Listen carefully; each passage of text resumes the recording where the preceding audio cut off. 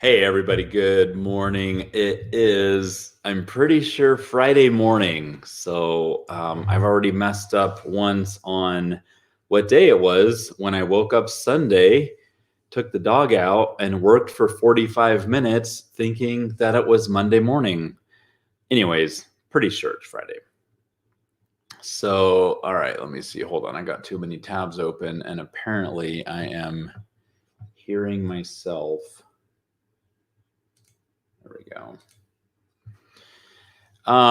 So today we're going to continue this free April where I talk about my Pluralsight courses, and we've talked about a number of them already. Some of them have to do with job search. Some of them have to do with career. They all have to do with your career. Most of my courses have become what we call professional development courses.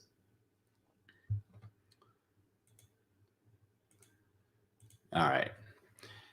Sorry, I found another tab that had me up too. Too many tabs. I got 3 monitors and probably 15 or 20 tabs open on each of them. So got to find them, hunt them down.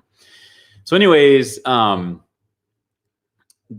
purpose of this this series of live streams is to share with you these topics, really just the topics, and kind of introduce to you the course that I have on Pluralsight, individual courses.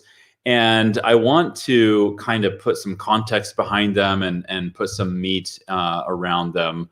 And so today we're going to talk about onboarding yourself. Yesterday we talked about job search strategies, and it was cool.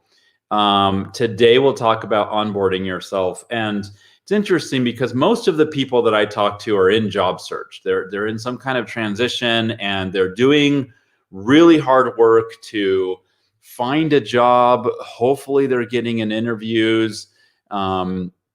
But really what everybody wants to do is just get out of the job search. Like they want to be done. And so I created this course for 2 reasons. One is because I want to make sure that when we come into our new job, we do everything we can to get started really well. And what does that mean? And that's what we're talking about in the course. So the other reason why I created this course is because people in job search are lonely. They feel alone. It's a very discouraging situation. And what I want to do is provide hope and say, look, you're not going to be a job seeker forever. And so let's talk about the vision. Let's talk about what's coming up, and this is exciting and fun. And so the whole idea, well, not the whole idea, but one of the ideas behind the Onboard Yourself course is to say, I know you're discouraged now, but there's some really cool stuff that's coming up soon, and that's when you land your dream job or any job. And what is it that you can do to be proactive? And so there's 3 modules. The first one is called taking ownership of your job. And I think it's about 30-ish minutes. And in this module, I want you to really just internalize the idea that it's not on your boss. It's not on HR. It's not on anybody to take ownership of your job. Back when I created this course, employee onboarding wasn't as big of a thing. It really is a big thing now. A lot of people talk about onboarding.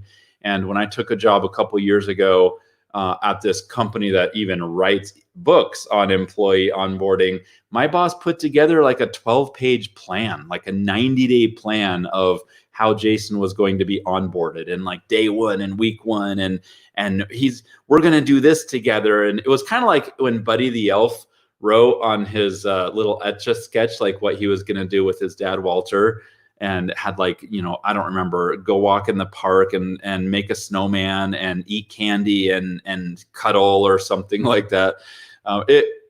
Not to demean what my boss did, but it was kind of like that. It was very hopeful. And it was like perfect scenario, best case scenario, perfect worlds thing. And it's funny because like hardly any of that stuff happened. And what I learned is that my boss was really good at putting lists and plans together, but it was really more for me to take on than for him. I'm not sure if he even looked at it after I got hired, because I went and looked at some of those and thought, oh, okay, well, here's where we're supposed to be now, and here's what we were supposed to have been doing over the last couple of weeks, and we haven't done any of this stuff. So it looked really good on paper, but as far as like an institutional process and system for them to push me through and onboard me was it wasn't happening. I did have a little bit of onboarding, but my position was really weird. And I was put into this onboarding class, if you will, which I want to say was about 4 hours long. Maybe it was a whole day long, but I was put into this onboarding thing with people from all kinds of departments, all different departments and different functions and different pay levels. And it was kind of weird to go in with people who would be doing completely different jobs than I would and getting the same onboarding. And I'm like, all right, cool, got it. I understand company brand, great. Don't say bad stuff, got it. Be nice to people, understood. There's laws, okay, great. Let's onboard my job. Like, how do we get to how Jason can be the best person in my job? Actually, that actually makes me think about something. Let me write down on my notes because I really want to come back to this. This is a great thing that I ask in interview questions that I'm thinking right now. It would be really smart. I ask this when I interview people, and I think it would be really smart for us once we get hired to ask ourselves this question and then write it out and have this become part of our plan. All right, so we'll cover that in a little bit. So anyways, I just heard about one of my friends who got on with a freaking awesome company making 6 figures, literally dream job, dream company, dream opportunity. Everything is awesome. And he went through a 2-day orientation, which is probably going to talk a lot about, market and opportunities and, just general stuff about the organization. But once again, not really heavy and deep into what onboarding with the boss and for your job might look like. And hopefully your boss is going to be good about that. But I'll be honest with you, most of the time what I see is that the boss is so exhausted having gone through the interview process just to get you there, because they probably interviewed a dozen people and then had to have, phone conversations and talking with HR and talking with the team and figuring out and collaborating. And it really was a lot of work to get you there. And now your boss is like a month behind on their deliverables, right? And then they just need a breather. They need to take a break. And the last thing they want to do is talk to you for a week and help get you ramped up and onboarded. Now they're happy to talk to you and stuff like that. But they also need to move on. And that's been my experience anyways. They'd love to talk with you and spend time on it. And if that was their only job, they'd be amazing at that. But a lot of times they have so many other irons in the fire and responsibilities that by the time they bring you on, it's like, okay, great. Can you just go sit in that corner and like read the website or read this book or read this thing or go through this or whatever and like self-learn and stuff like that?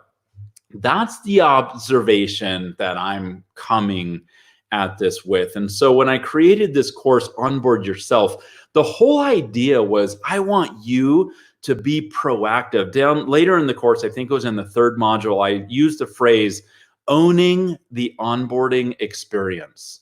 So HR, hopefully, and I should say, the bigger the company, the more proactive and better their onboarding experience should be. And the smaller the company, the more ad hoc and like kind of scrappy it's going to be, if they even have one. But what I want you to do, regardless of the size of the company and regardless of the onboarding experience that they give you, I want you to own your onboarding experience, because at the end of the day, it really is all on you. Your happiness, your satisfaction, your performance, your engagement, your success at the company has to do with you. Okay, now I know there's a lot of factors involved, but I want you to take ownership of anything that you can take ownership of. So the first module is taking ownership of your job. I talk about whose responsibility the onboarding process is. I talk about traditional onboarding versus personal onboarding. And I also talk about how to make sure that you left your last job well, with some advice from some experts. The second module, we talk about 30, 60, and 90-day plans. And those are 3 different plans. I really would love for you to sit down and write out what a 30-day plan would be. And here's how I would do that. I would start at the end and I would say, okay, by the end of 30 days, here's what I want to accomplish. These are the things that I would like to have done or be proficient in or whatever. At the end of 60 days, at the end of 90 days. So these are 3 different things. And I think you have a decent idea of what your 30-day plan would be, and you can really map that out well. Whereas, the last part of your 90-day plan is going to be more sketchy. And it's like, I really don't know, because what I learn in the first 2 weeks or the first 4 weeks is going to have a great impact and could totally change where I think I want to be in the next in 90 days. But I want you to start thinking about where I want to be, where I should be. If my job is measured by metrics, what are the metrics that I need to know about, and how do I get my metrics, and how do I exceed expectations? Like, what are the things that I should and could do to really have control over being successful in this role? I give examples in the module. I go through what a 30 and a 60 and a 90-day plan might look like. And then one of my most favorite parts of this course, when I was going through it this morning, was I reached out. I don't remember when this was. This was like in 2013 or 2014, I think. But I reached out to a bunch of my friends, my professional network contacts, and I was talking about this course, and I said, what would you advise people? And these are people who were more senior in their career. So they were managers or executives. They may have owned a company and done hiring, or themselves gone through the onboarding process multiple times. And so I have 5 professionals that have given advice on onboarding and how to own the onboarding process. And it was cool. I love learning from other people, and I love bringing other expertise into what I learn and what I share. And what I wrote in my notes was that this was awesome, sage advice from these experts. So definitely fun. And when I went through, I thought, okay, I remember who these people are, because it was a long time ago and I'm not in touch with them. I think one of them I'm in touch with, but I'm not really in touch with them hardly at all. And I was thinking, I wonder how good this advice was from a few years ago. And when I went through it this morning, I was like, that is so good. Like, this is so on spot. It's funny. We draw learning and expertise from who? The experts and the thought leaders. And when I get up on stage and I talk to people about writing a book and about becoming a thought leader, because this is a part of your brand, right? So becoming a thought leader and becoming a subject matter expert, I ask people in the room, like, who here is an expert? And people think that you're not an expert unless you're a blogger with hundreds or thousands or hundreds of thousands of followers. You're not an expert unless you are on stage speaking at industry events. You're not an expert unless you have a book out. And what I challenge people, the idea that I tell people is, you are an expert. You're an expert in whatever you do. You might have a lot left to learn. Even knowing that helps show that you have expertise, right? And so what I want people to realize is, man, you don't have to go to these authors and speakers just to learn from them. I want to pick expertise out from everywhere I can. And that includes you. You have some expertise. Anyways, when I tapped into these 5 professionals and got advice from them, this morning I was very, not pleasantly surprised, but I was very, very happy with the feedback and the ideas and the tips of what they gave that really rounded out how you can onboard yourself. Okay, the third module, we talk about what happens after the 90 days, right? Let's go beyond those first 3 months. And I talk about creating systems, continuing education, networking, volunteering, and really, really important, a lot of this kind of culminates and wraps up into this concept of preparing for your annual interview. Now, not in or annual performance review or whatever is called at your company. Not every company does an annual performance review, and a lot of companies don't do them well. They really suck. A lot of time, I mean, I don't know. We could talk for an hour about why there's problems with annual performance reviews.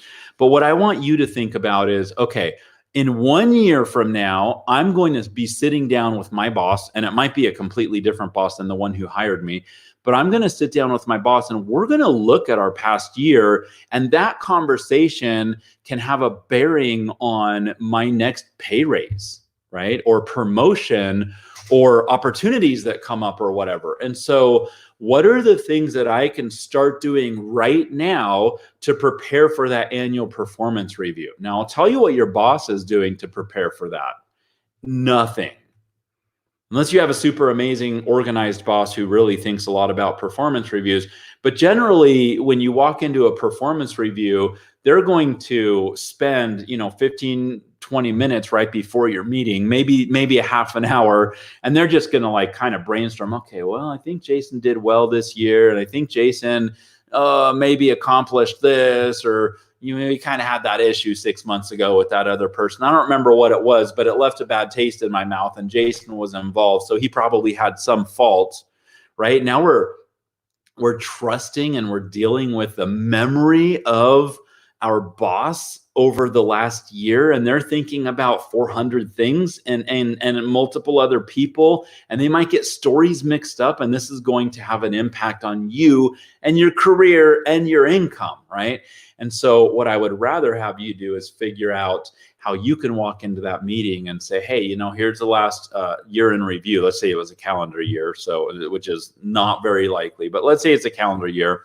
And you're like, so here are my accomplishments. In Q1, I did these things, and I started out in January. I finished up a big Q4 project from the year before, and that went really, really well. By the way, by Q3, the results from that had tripled, and they were beyond what we were hoping for. So here are my accomplishments in Q2. Here are my accomplishments in Q3. And you can walk through this because you have prepared for your interview. I don't want you to prepare 10 minutes before. I want you to prepare during the year. I'm going to give you an idea on how to do that. It's not in the course, but it's from my last experience at my last company. What I did, we're there. So what I did in my last company was I kept a journal. It was weird, this journal, because it was a shared Google Doc that I didn't share with anybody, but I used my company account. They used Google for Business. And so I used my company account, and I knew that if and when I left the company, not everybody, but the right people would have access. Like IT would have access to it. And then the way it worked at that company, which is how it works in a lot of companies, is my boss got access to it, because once I left, they wanted to go through and make sure there weren't any loose ends with customers or whatever. And so I kept this journal, and at first I didn't share it with anybody, but within a few weeks I shared it with my boss. And that's when I realized that I was fine to record things, but I really needed to be careful on naming names, right? Because when I first started, there was a lot of really cool stuff, but there was also some lame stuff. And I just needed to make sure that if somebody else came in and started reading some of that lame stuff, they wouldn't get upset because I was naming names, even though it was a fairly private document. So here's the cool thing. I was able to go back in that journal, and I talk about in my listening course, Becoming a Better Listener, I talk about some note-taking techniques. One of the things that I really have learned to do is when I take notes, I have not shorthand, but I have some kind of visual way to figure out in my notes where my actionable things are. So on a document, I'll use the underlines. Like that's like, think about a form that you print off and you can make a check mark.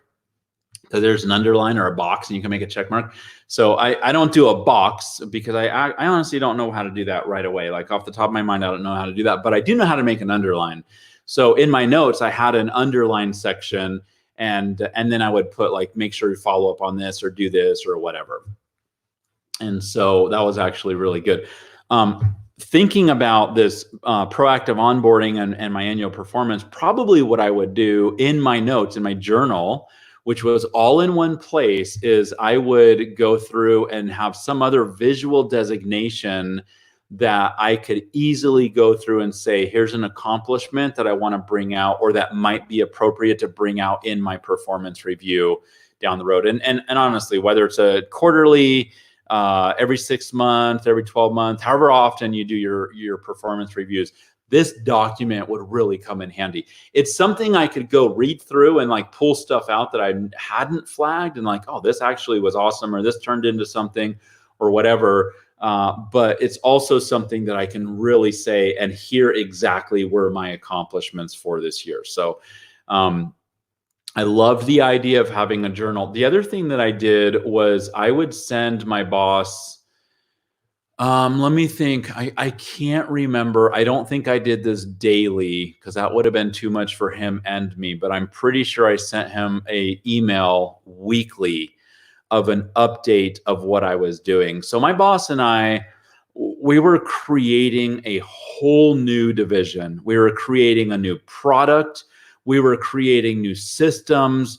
There was a lot of creativity involved in what we were doing. And a lot of times at the beginning of of something like that, there's nothing to see, right? So at the end, there's a lot of progress that really falls into place, and you can look at it and say, oh man, this is so wonderful. This is so beautiful. But you don't realize that the first 6 to 12 months was just a lot of sitting around and thinking and pondering and pontificating and chatting and arguing and, all this messy stuff that doesn't look like you're making progress at all. And I recognized that could have become an issue.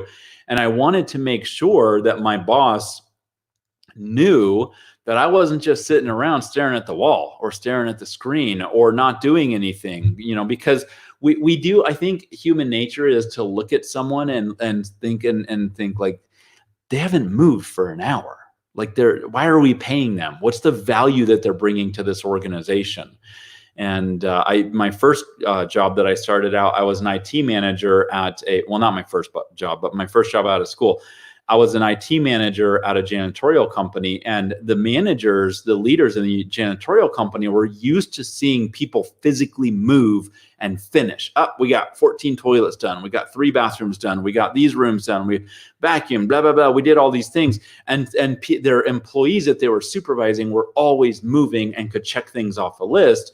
And my role as an IT manager was different, right? And so I kind of came out of this world, this was a long time ago, but I came out of this world where management would look at you physically and see what you were doing to determine whether you were contributing to the organization or not.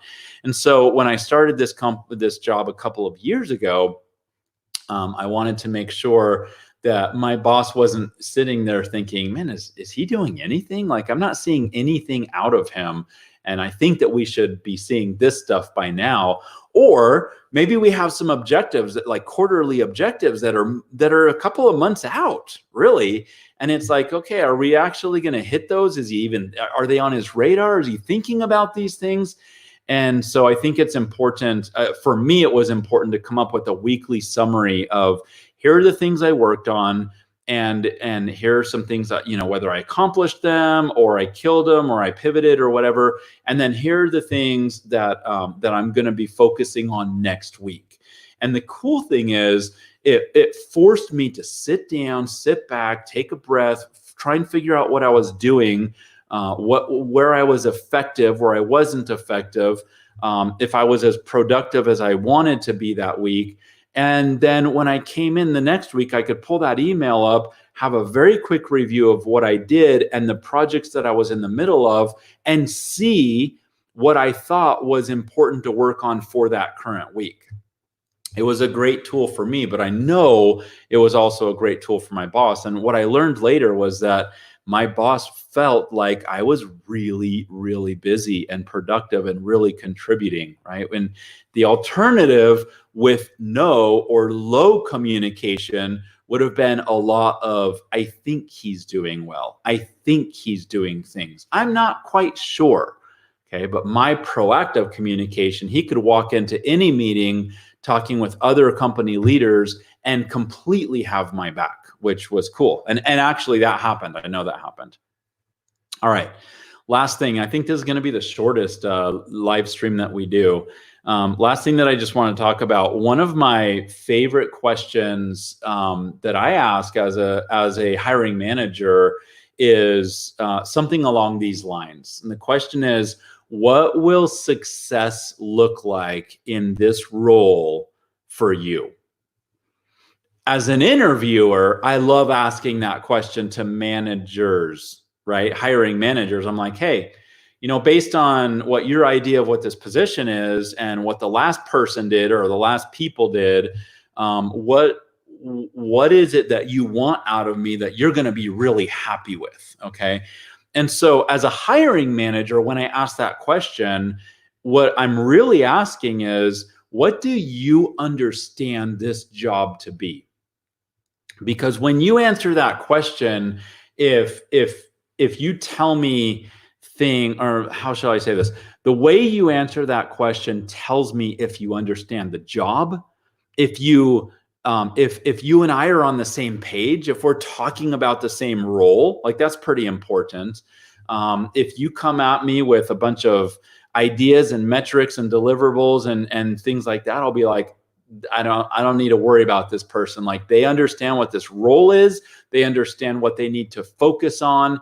And they obviously have some background and some history with this. So I'm not going to have to do a lot of training to help them even understand what the role is. So that's one of the questions that I ask as a hiring manager to gauge your level of expertise with the role that I'm hiring for. Okay. So now with that context, what I would like you to do as you think about onboarding yourself into your new role is sit down and say, what will success look like in this role? And this kind of goes back to the 30 and 60 and 90-day plan. And it goes back into thinking about that annual performance. If you can say, okay, I'm getting hired in January. By the end of this year, these are the things that I want to have accomplished and show that I've been successful in this role. Okay. And then, like I said earlier, you work back from there. If you're going to define this thing as something that defines success, how do I get there? What are the steps that I need to take